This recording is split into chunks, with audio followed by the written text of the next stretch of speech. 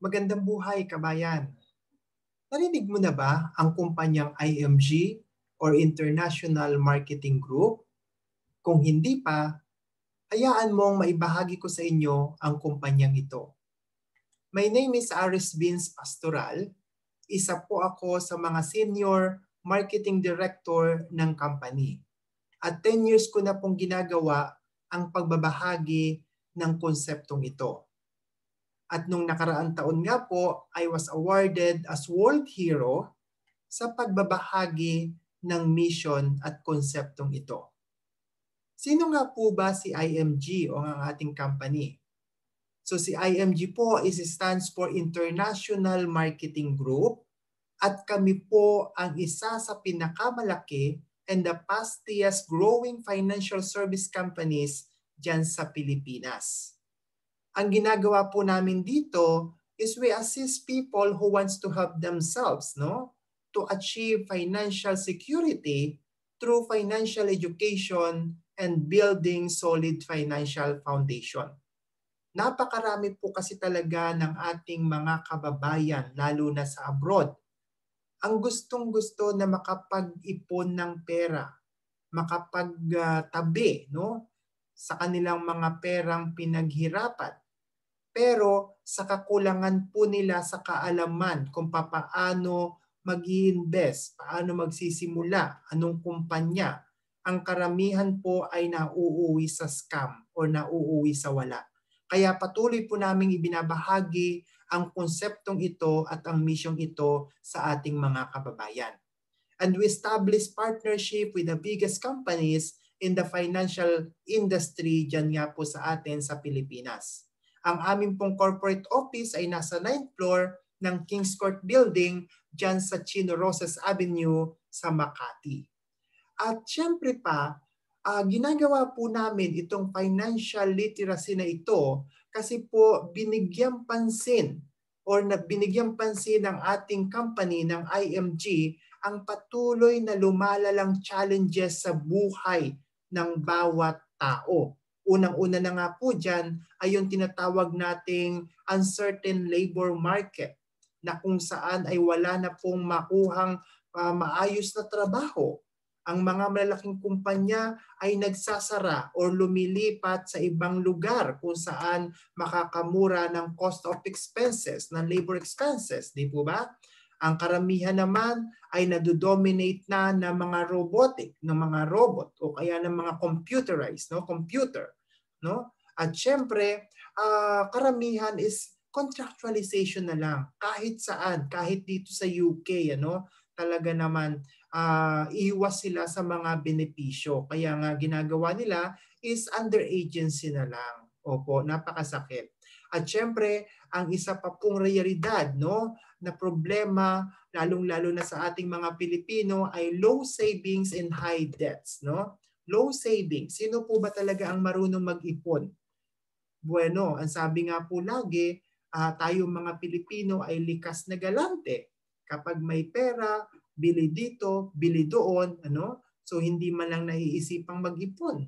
Kaya nga pagdating ng problemang pinansyal ay sa pangungutang uuwi. Kaya kahit na nasa retirement age na, ay high debts pa rin. Napakasakit po. At ang pangatlo nga po ay ang the high cost of education. So hindi mapigilang pagtaas ng tuition fees. Sa Pilipinas nga po, we are in the time of pandemic pero patuloy na tumataas ang tuition fee. Wala naman tayong magagawa kung hindi natin i-enroll ang ating mga anak, hindi naman makaka-graduate. At syempre kasama na rin po dyan yung pang-apat, which is the increasing cost of living. Tunay po yun. Patuloy na paglobo ng presyo ng mga bilihin o yung inflation na tinatawag natin. Kaya nga po patuloy naming binabahagi, isinishare ang konseptong ito, ang pagtuturo ng financial literacy para at least mapaghandaan natin ang mga bagay na ito. At ang realidad po sa buhay ng mga tao ay pagdating sa securing and saving our future, many good people failed. Many hard working people failed. mga smart people, mga young, mga old, mga teachers, professionals po, mga engineers and doctors are failed in life, no? So many end up retiring without enough savings. Bakit po? These people don't set out to fail. They just fail and they just fail to plan and manage their personal finances. Yun po talaga yun. Kahit gaano kalaki ang sahod mo, kung talagang hindi mo yan mahahawakan ng mabuti, kung hindi mo yan mamamanage, wala at wala rin po yan. They lack of financial education. Dito nga po sa UK, sabi nga po, sa bawat tatlong nagre-retired or mga retirees, may isa po doon na talagang umaasa na lamang sa state pension. Parang sa atin po, lagi na naman sasabihin, ako Vince, okay na ako, may SSS ako. Diyos ko, saan lang po makakarating yan? Baka nga pag nagka-ano-ano sabi nga, kulang na kulang pa yan sa pang-maintenance mo, hindi ka na ba kakain, di ba? So yung ganun po. That's the reality, of course. Ayan. At syempre, the reality number 2 is many people believes that financial education is only for the wealthy. Hindi po. Financial education is for everyone. Ikaw lang ang bahala kung paano mo i-accept, no, isa sa buhay ang edukasyon na ito. At ang katotohanan po dito sa UK, no, I am from UK po actually. Nandito po ako, based po ako ngayon sa Gloucester, United Kingdom, Gloucestershire po. Ayan. At dito nga po sa UK ay sinasabi po na 65% of the teachers believe that financial education is ineffective. Tunay po yun. Kaya talagang we do this mission, no? We want to teach people, all walks of life, para at least magkaroon sila ng panibagong ideas, panibagong strategy, how to start and to build their strong financial foundation. Many things that the only solution to financial challenges is to borrow money. Yan na nga po yung sinasabi ko kanina. Kaya nga kahit na matanda na, ay may utang pa rin. Kasi pag nagkaroon ng problemang financial, sa pangungutang uuwi. Ayun po yun. Okay, at ang realidad number 3 po, no? Many OFW, tayo po, mga OFW, overseas Filipino workers, work hard for 20 to 30 years and still end up retiring poor. Bakit po? Kasi nga po, nandidismanage nila yung paghawak ng kanilang mga kinikita. Ang konsepto, laging padala sa Pilipinas, sa pamilya. Wala nang tinitira sa sarili. Papaano yung pamilya sa Pilipinas? Hindi marunong mag-ipon, no? So kasi laging sinasabi, at the end of the month, may pera naman ulit, which is true, di ba?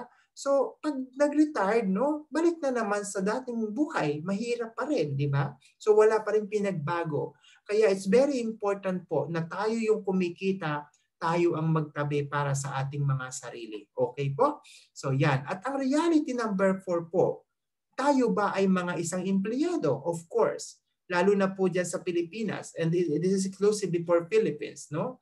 So, ang tanong po natin dito, what could have happened if you save your 13-month pay for the 6 years? I think million na po yun.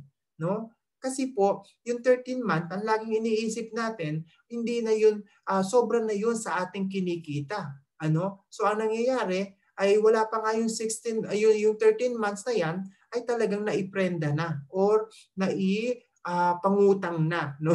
So ganun po yung karamihang nangyayari. Hindi man lang naiisipan na itabi man lang yun. Sana naman itabi man lang kasi sobra na yun sa kinikita mo, di ba? So yun po yun, hindi yun naiisipan. Kaya nga talagang kailangan natin ang ganitong financial literacy. Okay po.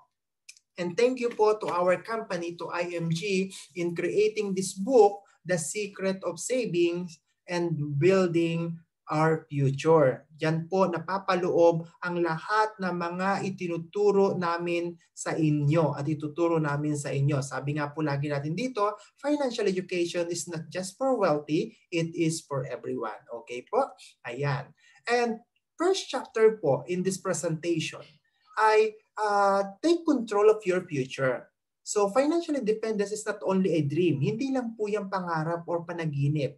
Dapat, it is the priority that every person should aim for. Dapat yan yung ating mga inaasam-asam ang makalaya tayo sa kaperahan.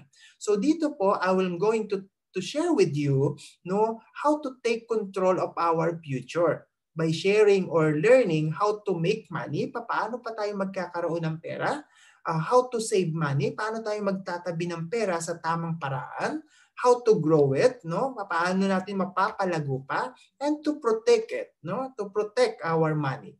No one else will do this for you. Kayo lang po. Be your own money manager. Tayo ang maging manager ng sarili nating kaperahan. At paano natin gagawin yon? Of course, sa kaalaman po, education.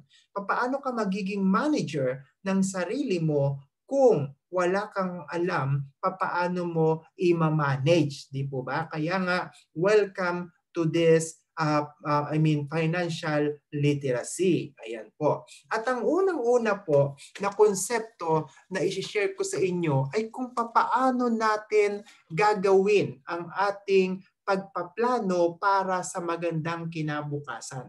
Sa lahat po ng aspeto ng ating buhay, kapag po tayo ay may gustong gawin, may plano, dapat po tayo ay may plano. Dapat may plano. Parang sabihin na natin magpapatayo tayo ng isang bahay.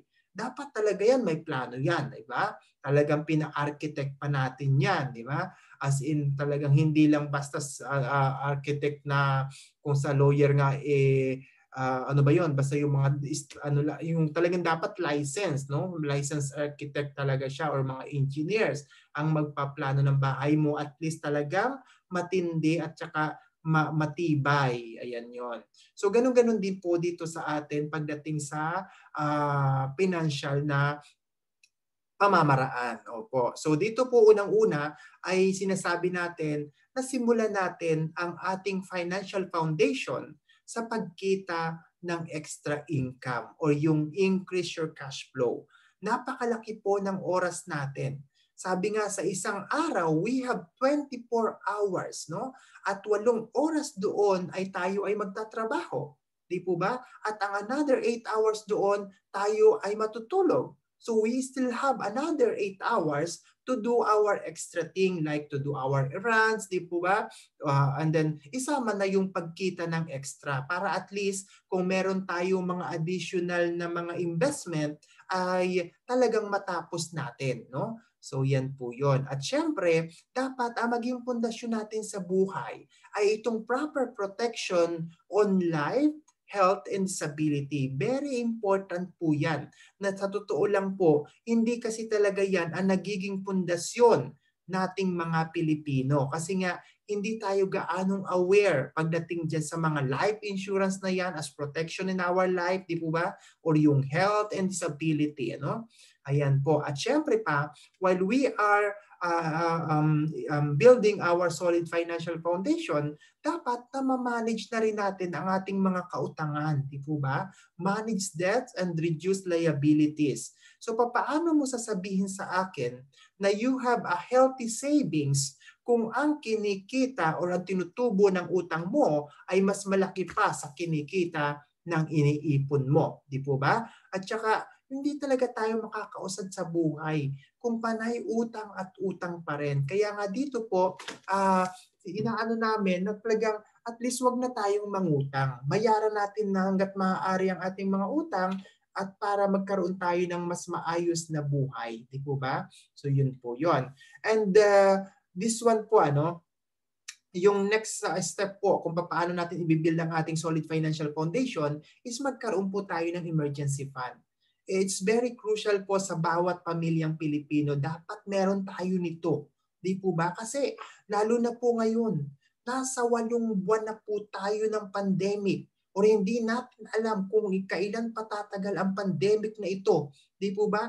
So paano na lang ang pamilya mo kung wala ka man lang naipon, na itabi nung nakakapagtrabaho ka? We are in lockdown. No work, no pay. Di po ba? Lalo na sa Pilipinas. Di ba?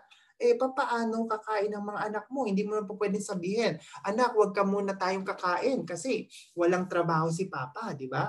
O anak, wag ka munang didede kasi walang pera, di ba? So tuloy ang buhay kahit na anong mangyari. Kaya nga dapat meron tayong emergency fund. Hindi man dumating ang emergency, at least may fund tayo. At ang katotohanan po sa buhay, kahit na gaano tayo kaingat, kahit gaano tayo kaplano, ang emergency laging nandiyan. Okay? And syempre, dapat po ay nandiyan din yung ating build-up savings and investment. So habang tayo kumikita ng pera, malakas, mag-build na rin tayo ng savings and investment natin. Which is, ang katotohanan po talaga, kung makikita nyo po, itong ating, ano bang tawag dito, itong ating graph or yung hagdan-hagdan na yan, di ba? Sinasabi natin na tayo po, nung hindi pa po tayo natututo how to handle or how to manage our finances, ang lagi pong sinisimulan natin or ang nagiging pundasyon natin sa buhay ay ang bubong, di po ba? Yung top, that is the bubong, di ba? Na parang pag nag-abroad siya, so anong uunahin? Bahay. Well, normal naman yun, kaya ka nga umalis sa pamilya. Tapos ang mga ipon o mga sasakyan, mga ganon. Pero hindi naman siya wala naman siyang proper protection. Eh paano yun? Kung sakali, kinatukan ni Lord na bigla kang nawala o sa wala rin, di ba? Kaya nga is kailangan talaga ganito yung ating pagpaplano para magkaroon tayo ng isang good financial foundation. Let's always start our solid financial foundation in from ground to up. Ayan po yan. Okay. So next slides po, ito pong next na konseptong ito ay yung tinatawag nating X-carb concept.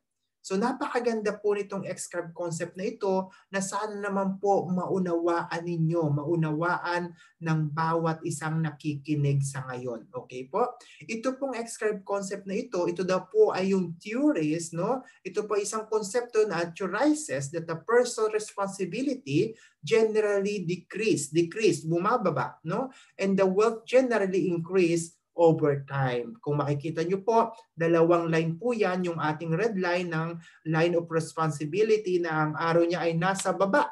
At ang law of building wealth na blue line, at ang arrow naman niya ay nasa taas. Kaya nga po siya X, di ba? So yan, so X-carb. So yung nasa baba po niyan is ang ating lifeline, okay? And you as younger, tayo being a younger, and pag tumanda na daw po tayo.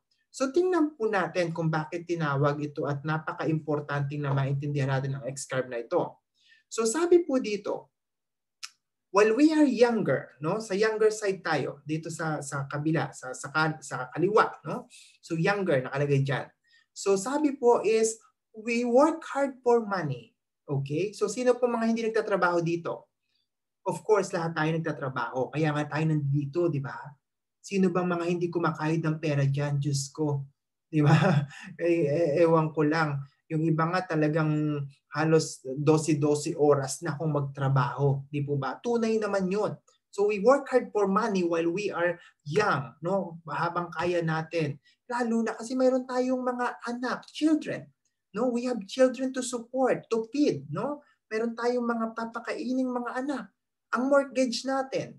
Di ba? Saan tayo titira? Diba ang mga rentals, papaano ang ating shelter kung wala tayong babayaran? So saan tayo magbabayad? Wala namang magpapatira ng libre sa iyo, of course, di ba? And then, yung edukasyon ng mga bata at papaano kung may mga utang pa. Di ba? So napakataas po talaga ng ating responsibilidad at tayo talaga ay trabaho ng trabaho para magkapera. Tunay yun. At syempre pa, taking care of our family. So hindi lang yung ating pamilya dito but then way back home, so we're still supporting our parents or ang ating mga siblings na mga nag-aaral pa. Kaya talaga namang napakataas ng responsibilidad. Nakita niyo po yung sa red line sa taas, high responsibility. Grabe po. Ayan yon. At syempre, ay ang tanong nga po, what if, papaano kung mamatay tayo ng maaga? No? So what if we die too soon? So merong pong instant money. So saan manggagaling yung instant money? No? So doon po sa ating protection, kanyang it's very important na dapat ang maging pundasyon natin ay ang protection, which is protection in life, yung life insurance na yan, or protection in our health. So kung tayo ay mamatay, kinuha tayo kaagad ni Lord, so meron tayong peace of mind kasi may naiwan tayo sa ating pamilya. Di po ba? So nakita natin na habang tayo ay bata, less secured po talaga tayo. Less secure. So makita po natin dito, bakit siya naging ex-carb? Dapat mag-cross yan, tunay. So nakita natin na ang bata is high responsibility, right? Nandun sa red, sa taas. Pag matanda na daw po, pagtanda na tayo, nasa baba na, zero responsibility na daw po tayo. Agree or not? Of course. Pag tumanda tayo, dapat zero responsibility na tayo. Okay? Why? Kasi nga, yung mga bata natin o yung mga anak-anak natin na sinusuportahan nung bata pa tayo, may mga kanya-kanya ng buhay yan. Hindi mo na yan kailangang ipid pa. Hindi mo na yan kailangan pakainin kasi napag-aral mo na yan. Nakagraduates na yan. May mga trabaho na yan. Kumikita na ng pera yan. Kaya hindi mo na yan susuportahan. Kaya zero responsibility na tayo. So ang mga mortgage natin, syempre, bayad na yan. Kasi ba naman, 30 years mo lang ang pinakamatagal na mortgage, di ba? So kung nagsimula tayo ng 35, so tapos na yan, di ba? So wala tayong babayaran.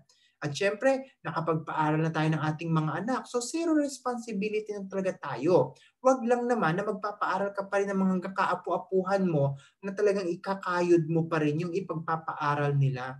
Eh wag na yung gano'n, no? Kasi tapos ka na sa estado na yun. Bahala na yung mga anak mo dun. Di ba? Na itaguyod nila yun. Bigyan din nila ng sariling buhay yung kanilang mga anak, di ba? Ganun lang po yun. Kasi nga ang tanong ito, what if we live too long? Di ba? E paano kung tayo ay mabuhay ng matagal? Di po ba? Ano ang mangyayari? So walang problema as long as na meron tayong investment. At ang investment po na yan po yung pera na magtatrabaho sa atin. Money working for you. At napakaganda po na pera ang magtrabaho sa atin. Ang pera po hindi napapagod. Hindi po yan nagre-retire, no? Hindi po yan nagsisick leave, hindi yan nag-annual leave, di po ba? Tuloy-tuloy yan, 24/7 magtatrabaho sa atin yan at mag-generate ng income. Imagine, and syempre pa, taking care of our future. O di ba? Kahit na ilang taon pa ang abuti natin, ay talagang iti-take care tayo ng perang iyan. Okay? At syempre, we have a big savings and living on interest. Nakuha po ninyo ang ibig sabihin ng X-Carb na ito? So papaano ka magkakaroon ng big savings? Paano ka mabubuhay sa interest at magkakaroon ng perang magtatrabaho sa iyo kung kung ngayon na bata ka pa at kumikita ng pera ay hindi nagtatabi? Papaano? Kung walang itinanim, walang aanihin. Kung walang isinuksok, walang dudukutin. Yan po ang katotohanan. Kaya nga sa X-Carb na ito, pinapaliwanag natin dito na habang bata ka pa at kumikita ng pera, magtabi, magtabi, magtabi. Dahil tayong lahat ay sa pagtanda pupunta. Sino ang ating aasahan? Ang ating mga anak-anak? Well, pues klaro, they care for us, pero baka hanggang care lang. Kasi pagdating sa financial support, ay wala na silang maitulong sa atin. Kasi ang kinikita nila ay sapat na sapat lang sa mga apo mo. 'Di ba? Kukuhanin mo pa, hihingin mo pa, 'di ba? Eh nasaan na nung kumikita ka ng pounds? Nasaan na nung kumikita ka ng dollar? Nasaan na nung kumikita ka ng euro? 'Di ba? So, yun yung sinasabi natin dito. Kanya nga, let's all aim to be a lola or lolo asset, not liabilities. Okay? So, I hope clear po ito. Okay. So, next po. So, sinasabi po natin, chapter 2. In Philippines, no, napakarami po ng mga namamatay ng mga tao. Hindi dahil walang medisina or proper treatment. Bakit? Kasi po walang pera. Walang HMO, walang healthcare, di po ba? So, ngayon po, yung sabi ko nga kanina, financial independence is not only a dream. So, hindi lang po yung pangarap. So, dapat meron tayong gawin para sa darating na bukas ay magkaroon naman ng kaibahan o talagang hindi na natin danasin ang mga problema na dinadanas ng mga mahihirap sa kasalukuyan, yung mga walang-walang pera, di ba? So, ang sinasabi natin, pagtanda natin, syempre, ang tendency magkakasakit tayo. Kasi nga, pagod na rin naman yung ating mga katawan lupa sa kakatrabaho habang tayo ay malakas. So, kunyari po, nagkasakit tayo pagdating ng araw, so saan ka ba pwedeng mag-stay pag nagkasakit ka? Sa charity ward ba? Nasiksikan pa rin dyan? Halos 2 pamilya sa isang bed? Or diyan ka naman sa pay ward na kahit papaano may privacy din naman.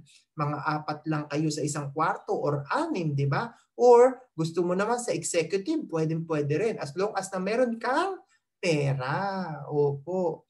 Ayun po yun. Okay. So dito po, ipinapaliwanag ko dito ang 2 klase ng HMO. HMO po ang Health Maintenance Organization.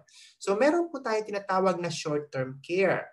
Itong short-term care na ito po ay ating nabe-benefits while we are employed or during our productive year. No? So ito po yung kapag po tayo nagtatrabaho or nung tayo ay nagtatrabaho sa Pilipinas, no? So tayo po ay binibigyan ng HMO ng ating company. Pero yan po ay sa kumpanya. Siyempre, so pag nag-retire tayo, tulad niya, nag-retire tayo doon kasi pumunta na tayo dito sa abroad, di ba? So hindi na natin dala-dala yung HMO na yan, okay? So nakikita niyo po yung mga leading HMO company sa Pilipinas. Or else naman, yan po yung tinatawag natin na magkukontra ka ng isang HMO para sa pamilya mo. So bayad ka ng bayad. For example, sa isang taon, ang premium mo ay 50,000. At ang funding ng HMO mo para sa pamilya ay 1 million. So ibig sabihin, pag may nagkasakit sa pamilya, pwedeng gastusan ng HMO mo up to 1 million. Pero kung walang magkasakit sa pamilya within that year, yung 50,000 na contributions mo, wala na rin po yun. Ganun po ang ibig sabihin ng HMO na short term. Kaya nga po dito ay thanks God dahil lumabas itong ating tinatawag na long-term care. Okay? So ito pong long-term naman na HMO na ito is something that we can get for ourselves during our retirement years. No, kahit na abutin pa po tayo ng 100 taon dito, tayo po ay secured. So, as long as na hindi mo nila lump sum o bini-withdraw ang pera mo doon, so secured po tayo. So, kita nyo po ang ating mga lolo dyan, no? Talagang mga lola at lolo asset. So, they are thumbs up and they are happy na kahit na magpakatanda-tanda sila, wala sila ibang aasahan kundi ang kanilang long-term care plan. Yan po yun. Okay. At nandito po ang ating ambassadress, si Ms. Sharon Cuneta. Ito po ang ambassadress ng Kaiser. At ang Kaiser nga po ang kauna-unahang long-term healthcare dyan sa atin sa Pilipinas. At napakaganda po ng programang ito. Ito po ay 720 kung tawagin, which is 7 years lang po tayo mag-iipon and then 20 years po tayong insured. Okay? Hindi lang po 20 years. Depende nga sa iyo kung hindi mo pa siya ilalamsam. So dito po ay talaga namang 3-in-1 po yan. No? 3-in-1. Para lang siyang coffee mate. May coffee, mayroong gatas, at mayroong asukal. So ganyan-ganyan din po itong ating HMO na ito na long-term care. So isa po siyang investment, healthcare, and insurance. 3-in-1 na po yan. So sabi po dito, no, aside from being future source of retirement fund, so ibig sabihin, pera, investment, no? So long-term care provides healthcare. So healthcare na rin po during our retirement and much needed care when we get old. Ayan po yun. Napakaganda po ng healthcare na yan. Okay.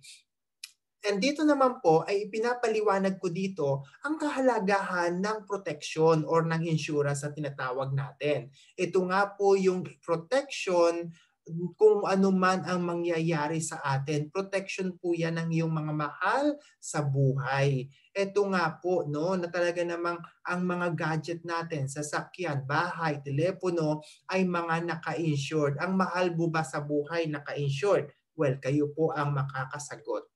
Okay? And syempre, Sa chapter 4 po, ito na nga po yung sinasabi ko kanina na we have to manage our debts, no? Kasi nga debts turn into disease kasi talagang merong talagang hindi makapigil sa kakautang ng kakautang, or sinasabi nating kaskas ng kaskas kahit hindi na kaya ng talagang budget, no? Ay talagang ikakaskas pa rin basta gusto lang. So sabi nga po natin dito, we can never be truly free until we are debt free. Tunay po yan. Kasi nga po, ang mga kautangan, it will control our life, diminish your happiness, and limit our freedom. Okay? And syempre, dito rin po yung sinasabi nga natin na let's prepare for emergency fund. Kasi nga po kahit nagaano tayo kaplano sa buhay, the unexpected things still happen, no? So nandiyan po yung mga loss of income, di ba? So mga hospitalization for extended time, sabi ko nga gano'n na sa Pilipinas pa naman, mag-overnight ka pa lang sa ospital, mahina na ang 50,000 mo, depende pa yun sa ospital na pinagdalhan sa iyo, di ba?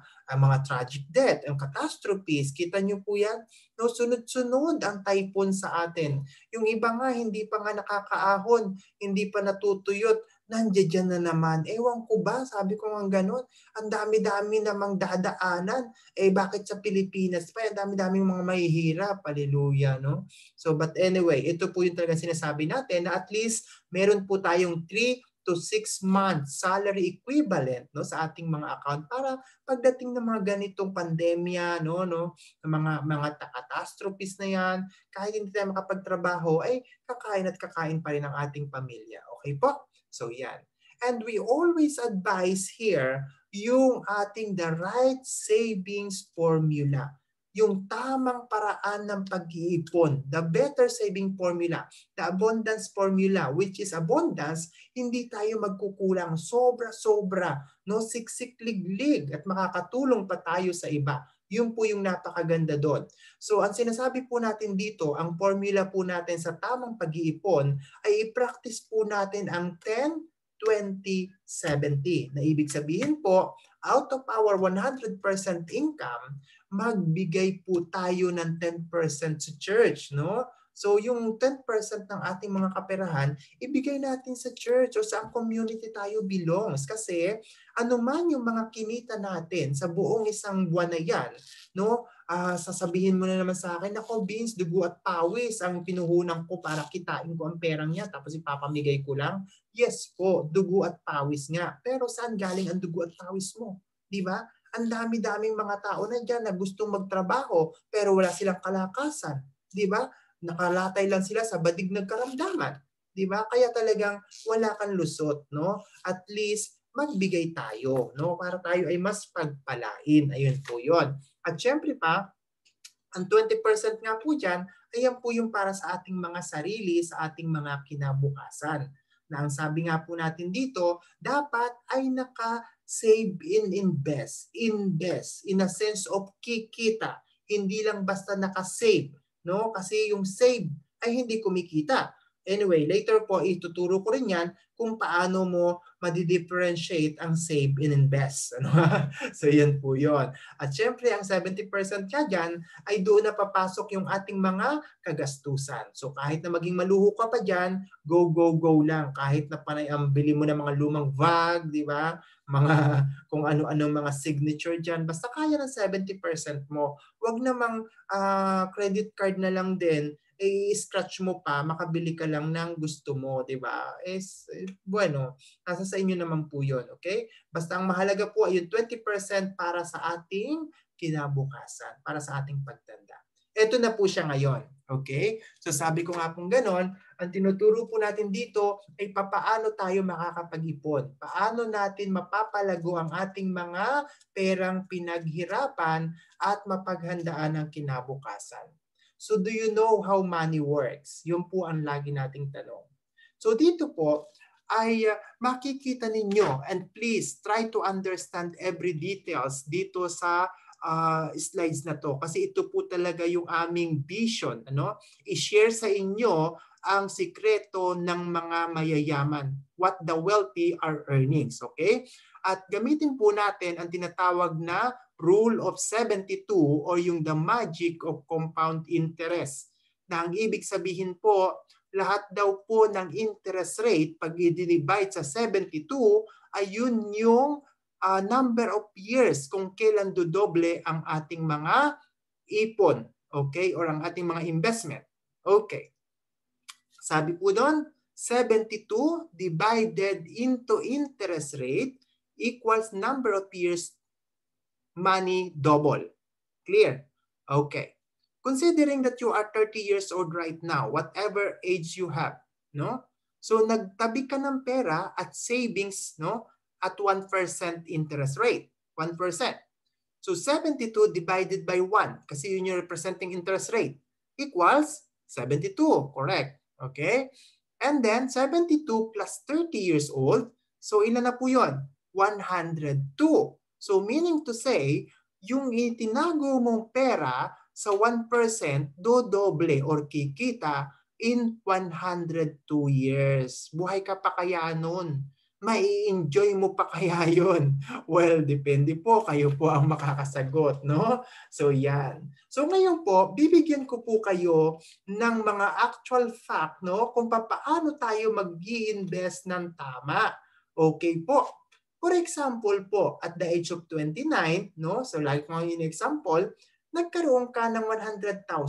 Sabihin na natin na nabigyan ka ng kabahagi sa bentahan ng inyong mga property, ano? Kasi at the age of 29, medyo mahirap-hirap mo pang kitain ang 100,000 na yan o medyo ipunin, di ba? Lalo na medyo kabataan mo pa yan, gastos dito, gastos doon. But anyway, that is the scenario, no? So you have 100,000 at the age of 29 years old.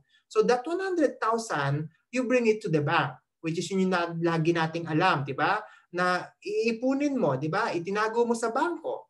So, syempre, malaki yan. O-operate ka ni bangko ng 4%. Ano ba yan? Mga sabihin mo time deposit, di ba? Or other mga product ng bangko na sa interest ngayon ng 4%. And then, i-apply natin yung rule of 72. So, 72 divided by 4, representing percentage, right? So, equals 18. So, every 18 years pala, dodoble ang pera na itinabi mo doon sa 4% na yon. Clear? Okay. So, 29, no? Yung 100,000 mo plus 18 years, kasi nga every 18 years dodoble. So, 47. So, yung 100 mo dumoble, correct? Okay. So, naging 200, correct? Okay, so 47 plus another 18 years, so 65 years old, yung 200,000 mo nag-compound ulit, dumoble ulit, of course. So naging 400,000, correct? So yan. So ano nangyari? So yung 100 mo naging 400,000 for a long period of years na itinago mo yan or sabi nga ininvest mo sa bangko, digamos, ano? Let's say, ayan. So happy kasi tumubo naman siya ng 300,000. So ayun. Ang hindi mo alam, syempre, hindi naman patutulugin ng bangko yan sa vault nila. At saan sila kukuha ng 300,000 na pambigay sa'yo kung hindi nila yan pinaikot or ininvest? Diba? Kaya nga sinasabi natin dito, we teach this financial education para maintindihan mo ang kahalagahan ng mayroong kaalaman kung paano mag-invest sa tamang paraan. Okay. Now, I am not against with the bank, okay? So, please lang po, kahit ako, syempre, dito sa UK, hindi kami makakagalaw kung wala kaming mga bangko, di ba? Lahat na online ngayon. So, but what I mean is, I'm just explaining the real fact, di ba? So, ngayon po, yung sinasabi ko dito. So, si bangko, yung 100,000 mo, ininvest niya ngayon sa investment fund. Okay, mga mutual fund, stock market, di ba? So, at 12%, digamos, whatever it is, no? So, let's apply the rule of 72 para makita mo kung paano at magkano ang kinita ng pera mo. Okay, so 72 divided by 12 equals 6. Okay, so every 6 years naman pala ngayon, dodoble ang pera. Okay. So 29 years old, 100,000. So plus 6, so 35 years old, dumoble na po, naging 200, right? So 35 years old pa, another 6 years, so 41 years old, so yung 200 mo naging 400 na. After inabot ang 65 years old, so yung 100,000 mo is 6.4 million. Imagine po, yan ang aming tinuturo dito. So nasaan yung 6 million? Of course. Diba? sorry na nga lang. Nasa bangko kasi silang marunong. Business nila yun di ba? So yun. Kaya ngayon sinasabi natin dito, be your own money manager. Paano ka magiging manager? Mag-aral, makinig sa mga ganitong invitation. Di ba? Wala namang libre. Libre naman itong ginagawa ko, di ba? I just want to share with you kasi nga ako yung nakaalam. This is really part of my mission. And syempre, kahit sabihin mo sa akin na magtago ka ng 1 billion dyan, may kikitain ba ako dyan? Wala po, ni Kusing, wala akong kikitain dyan. Diba? That is really my mission for our kababayan. Di po ba? Bueno, ang ano lang doon, at least I secured ko kayo. No? I share the blessings kung ano yung natatanggap ko. Yun lang yon. And imagine po what is the difference of 4% to 12% is 6 million, di ba? And 6 million is 20 years salary po yan. No, 20 years, no? 20 years salary ng isang taong kumikita ng 25,000 a month. Napakalaki po nun. Kaya dapat matutunan mo ang tamang pag-iipon na ito. Hindi yung lagi mo sasabihin sa akin, naku Vince, baka scam yan. Hindi mo pa nga napapakinggan, scam na agad. Di ba? Naku Vince, okay na ako, yung pera ko nasa malaking bangko, na kay Henry C na bank, hindi magsasara yan. O nakailusutan, di ba? Yung mga ganon. Opo, tunay po yun. Wala akong ano doon. Nasa malalaking bangko ang mga pera nyo. Ang tanong nga po, kumikita ba? Ang sinasabi ko, bakit hindi nyo i-diversify, di ba? So, bakit hindi nyo ilagay dito yung kalahati? At least kumikita. Pues para sa inyo naman yan, hindi para sa akin, di ba? So, may commission ba ako dyan? Wala po, di ba? Mission lang talaga.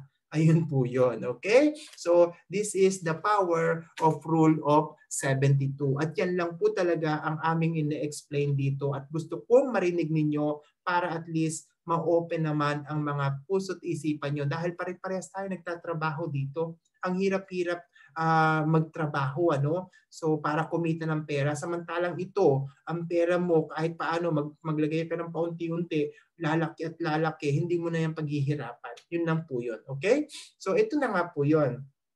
Do you know about savings and investment? Ito po yung save and invest na sinasabi ko. Do you know how mutual funds work? Alam niyo po ba na ang mutual funds na yan ay isa po yan sa uri ng stock market? Yan po yung tinatawag nating indirect investing sa stock market. Kasi po, ang mutual fund, may mga fund manager tayo na bahalang magpatakbo ng pera natin. Okay? So, hindi tayo mapipreoccupied na busy tayo dito sa abroad. So, syempre, pag nag-invest lang tayo sa ating mutual fund, ay bahala na yung ating mga fund manager kung saan ipapasok ang ating mga pera. Sila lang bahalang sumakit ang ulo doon. Tayo na lang mag-aantay na lang na lumaki ang presyo ng per share na nabinili natin sa kumpanya. Ganun lang po yun. Anyway, may separate discussions po ako dyan, which is ano ko pa rin po yan dito, and try to understand pa rin po kung paano ba mag-work ang mutual fund na yan or yung investing in the stock market. Okay po? Ito po yun. Do you realize that the interest rate in savings account is currently too low to offset inflation and taxes? Tunay po. Sino na ba ang naka-experience na nadormantan ng account sa Pilipinas? Kasi po nung wala pa ako sa IMG, no? So kasi medyo matagal-tagal na rin naman ako sa abroad, di ba? Kasi kahit nung hindi pa ako I live in Spain po for 10 years, ano? And then from Spain, nag-move nga ako ng Switzerland for 3 years for sharing this mission. And finally po, nandito na nga ako sa United Kingdom. Ano? And syempre, kahit naman nung bata-bata pa ako, ay talagang nag-abroad na rin ako. I've been from Saudi na rin po. No? Sa Dubai, sa Doha, and nagtagal ako sa Al-Kubar, di ba? Sa Saudi mismo. Ayun. And syempre, nag-Taiwan na rin ako, Hong Kong, kung saan-saan na rin po ako nakakagala, no? Nakakarating and nakakapag-stay ng medyo matagal. And yun yung sinasabi ko dito is nag-iiwan ako ng, let's say for example, 2 times na po ako na-dormant ng account nung wala pa ako sa financial literacy na to, no? So syempre mayroon tayong konting account sa bangko, and then hindi natin naasikaso kasi nga busy na tayo sa abroad. After 2 years, 3 years na hindi mo siya naasikaso, nahulugan, so nadodormant po siya. So 'di ba? Kasi nga paano nga kikita, 'di ba? Ang savings account po ni wala pang 1% ang kinikita niyan. I think 0.75 lang po ang kita ng savings account. Itatax pa, ang inflation pa. Magkano ang inflation rate sa Pilipinas? 5.5. Tapos ang savings mo, 1% na lang, digamos. So paano ka pakikita? May tax pa. Kaya talagang ang mga bank account natin or savings account natin ay imbes na kumita ay nababawasan pa. Tunay po yun. Sino magsasabi sa akin na kumikita ang savings account nila? Sige nga. Okay, so yan. So kaya po kailangan maintindihan natin ang kahalagahan ng itinuturo at i-share kong ito. Okay po? So people will face the problem of living long life without adequate income. Tunay po yun. Kaya ayan po siya. So mutual fund po. Anyway, I have a separate discussion for this mutual fund. And please abangan nyo na lang po yung next uploaded na MO ko about this. And ayan po yan, binigyan ko lang po kayo ng konting idea. Ito nga po yung ating tinatawag na full money, pinagsama-samang pera, no? Kaya nga sinasabi natin sa halagang 1,000 pesos ay pwede ka na maging isang investors ng mga malalaking kumpanya, let's say ng Jollibee, which is true, no? Kasi nga po yung 1,000 mo, 1,000 ko, 1,000 niya, 1,000 ni ganito, pagsasama-samahin po yun at makakaipon ng milyon, ano, ng maraming pera. So ang gagawin nun, ipapasok sa fund house management, sa fund house company, at yung fund house company may mga empleyado po yan ng mga fund manager. At ang fund manager po ang bahalang mag-invest, no, sa mga stocks, sa mga bonds, no, sa mga blue chips company, at mag-generate po yan ng return ng income at babalik sa atin. Ganyan po magtrabaho ang mutual fund. And we are so lucky po na mga IMG member, no? Kasi po ang atin pong fund house company sa Pilipinas ay ang isa sa pinakamalaki, no, na fund house company sa Pilipinas, ang Rumber Financial. Yan po ay talagang trusted and affiliated company ng ating company na IMG. Magkaibigan po ang may-ari niyan. Ang may-ari po ng Rumber ay si Rex Mendoza, no? At ang may-ari po ng IMG ay si Sir Joen de las Peñas, no? So IMG is more than 20 years na po na namamayagpag na magbahagi ng mission sa ating mga kababayan. Okay po? And eyes on your screen po, please. Okay? So ito po yung sinasabi ko na kung ngayon nyo nga lang po narinig at nakita o narinig nga ang aming kumpanya na IMG, no? Ito po ay isa sa pinakamalaking the Philippines' biggest financial super hub. Ayan po yan.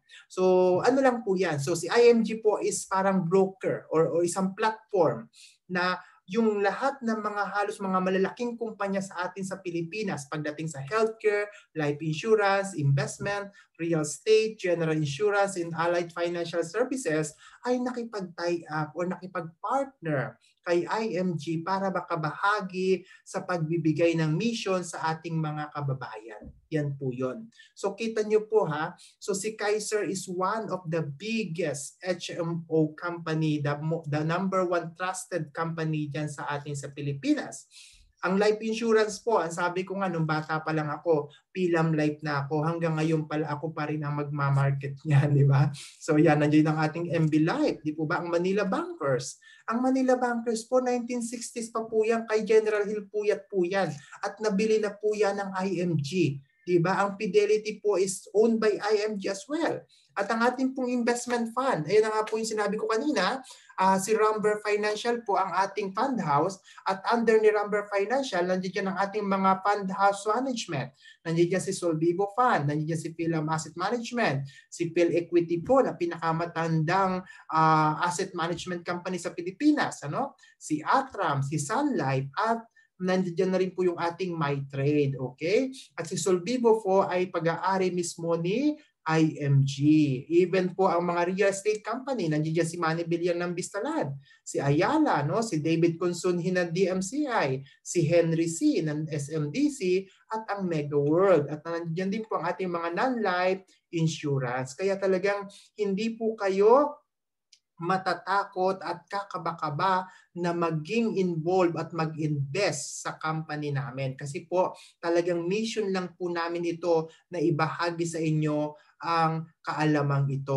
Okay? At the end of the day po, nasa inyo pa rin po ang desisyon. Okay? So nakita nyo naman po yung mga malalaking kumpanya na yan. Kung sila po nagtiwala sa ating company, tayo pa kaya na mga OFW lang. Diba? Sorry po for my word na lang, okay? Mga OFW, mga bayaning, bagong bayani ng ating bansa, di ba? So ang ibig ko lang po sabihin kasi yung iba talaga, no, ay talagang hindi pa nga nakakapakinig, ay talagang i-regret ka na. Pero wala naman tayong magagawa doon. Kaya nga po yung pagpapakilala ko pala sa company at ang talagang ginagawa namin nga dito is to help our kababayan who wants to help themselves, no? Kung sino naman yung gustong tulungan nila. Huwag naman sana na nga paycheck to paycheck na lang din talaga. Tumanda na ay talagang kung ano lang yung konting naipon yun na lang, no? So hindi po sapat dahil nga sa mga sa mga problema na ating hinaharap. Okay po?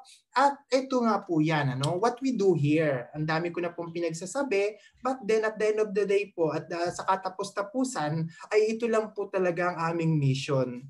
To help create wealth for families, to make differences for families, so there were no family left behind. Yun lang po yun.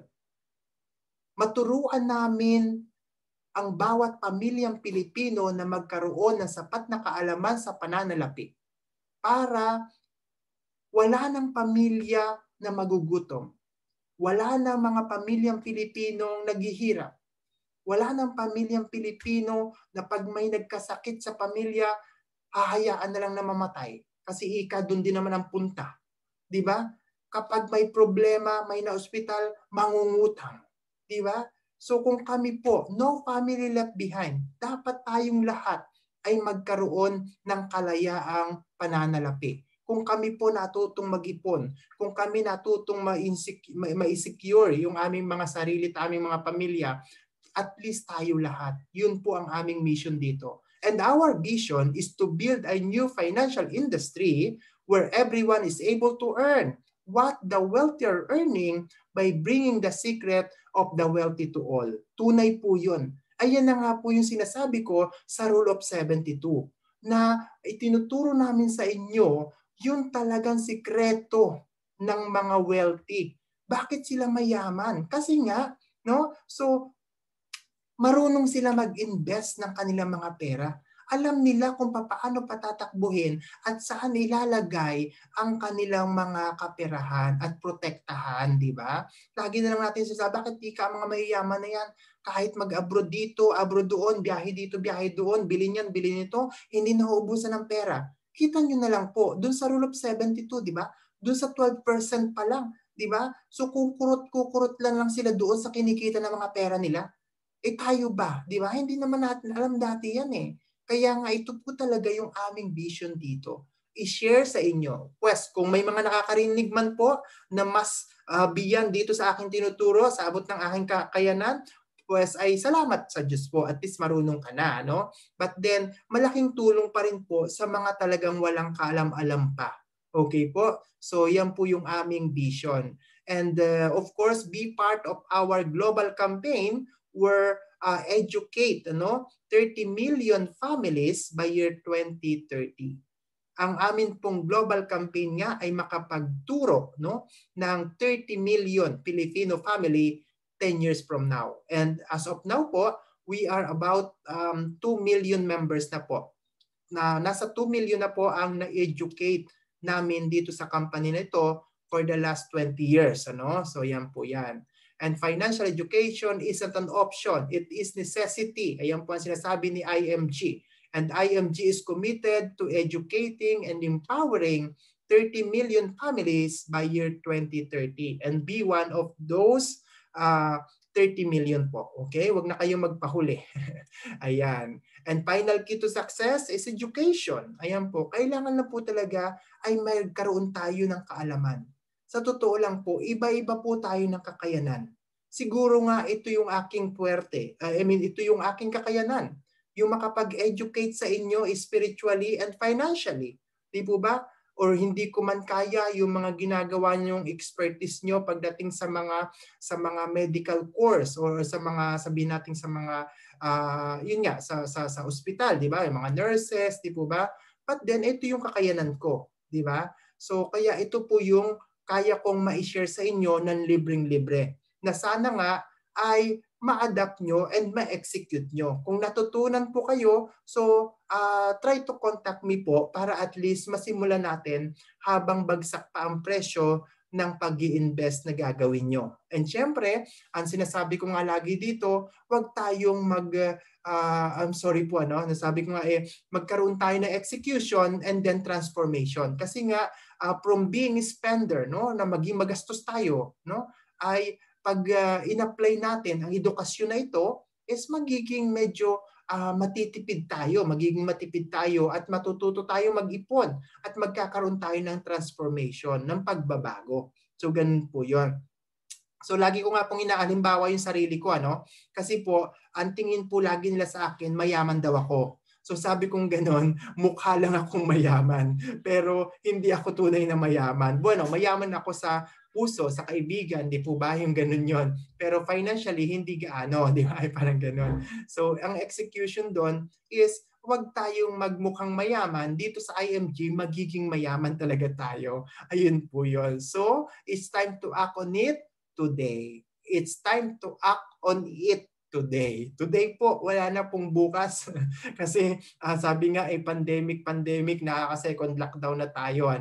Bueno, so yun po yung aking naibahagi sa inyo na kaunting kaalaman. So congratulations po for everyone for watching this video, this webinar of mine, and for taking the first step to achieve financial freedom. So join IMG now and contact me po, ayan, and be part of our IMG campaigner in promoting financial education among our Filipinos. So thank you very much po and God bless us all. Ayan. So thank you po. God bless us all. So contact me na lang po sa number na nasa screen nyo. Thank you po. God bless.